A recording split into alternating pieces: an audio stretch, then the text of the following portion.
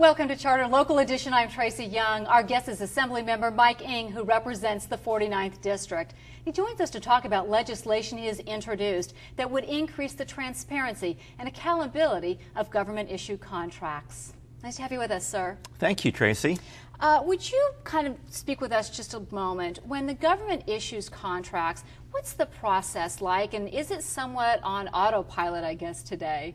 We have a problem, Tracy. We have government and budget by autopilot, and this is what it involves. Every time there's a need for a specific project that involves expertise, we start to look in-house, but we don't look very far. Instead, the government has about $35 billion of outsourced services and contracts.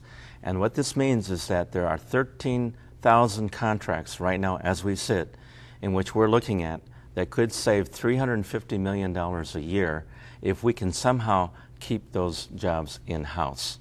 So as we go through and we have many of these contracts, someone has actually said to me that we initiate them and they maybe made a lot of sense in the beginning stages, but we've not gone back and year after year, or maybe even every other year, reviewed them to see whether or not they're prudent, they're financially responsible, if they make sense any longer.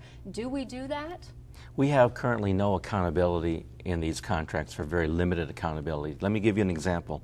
There's one contract that's self-renewed for 15 years. It started off as a great idea. It was a service that needed to be looked at that we had to do by contracting out.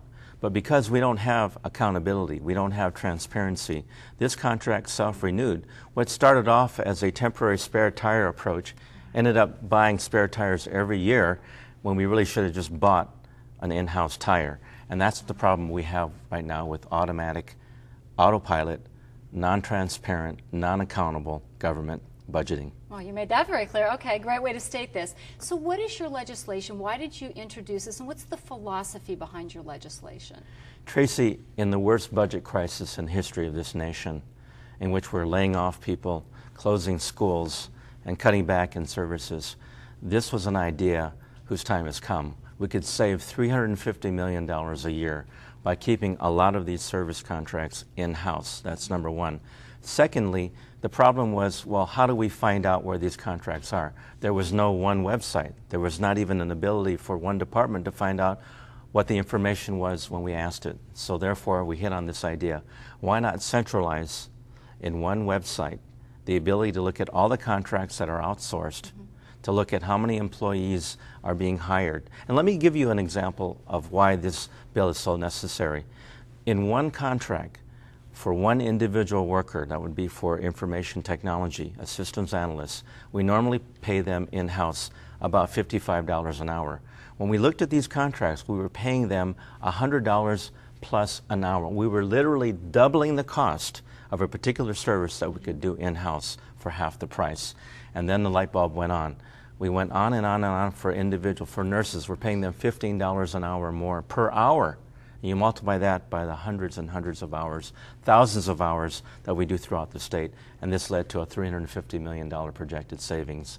This is needed. This is an idea whose time has come. You know, it reminds me, I know other legislators have introduced performance-based budgeting, which is this, is that rather than just automatically spending money per year on anything, is that we should go through and say whether or not this program is performing to what we need today. Is this along the same lines as just looking for some accountability? This is one step before performance-based budgeting. This is information-based budgeting.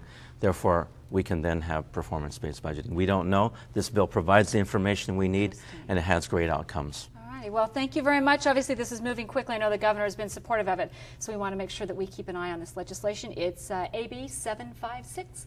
For Charter Local Edition, I'm Tracy Young. Now back to CNN Headline News.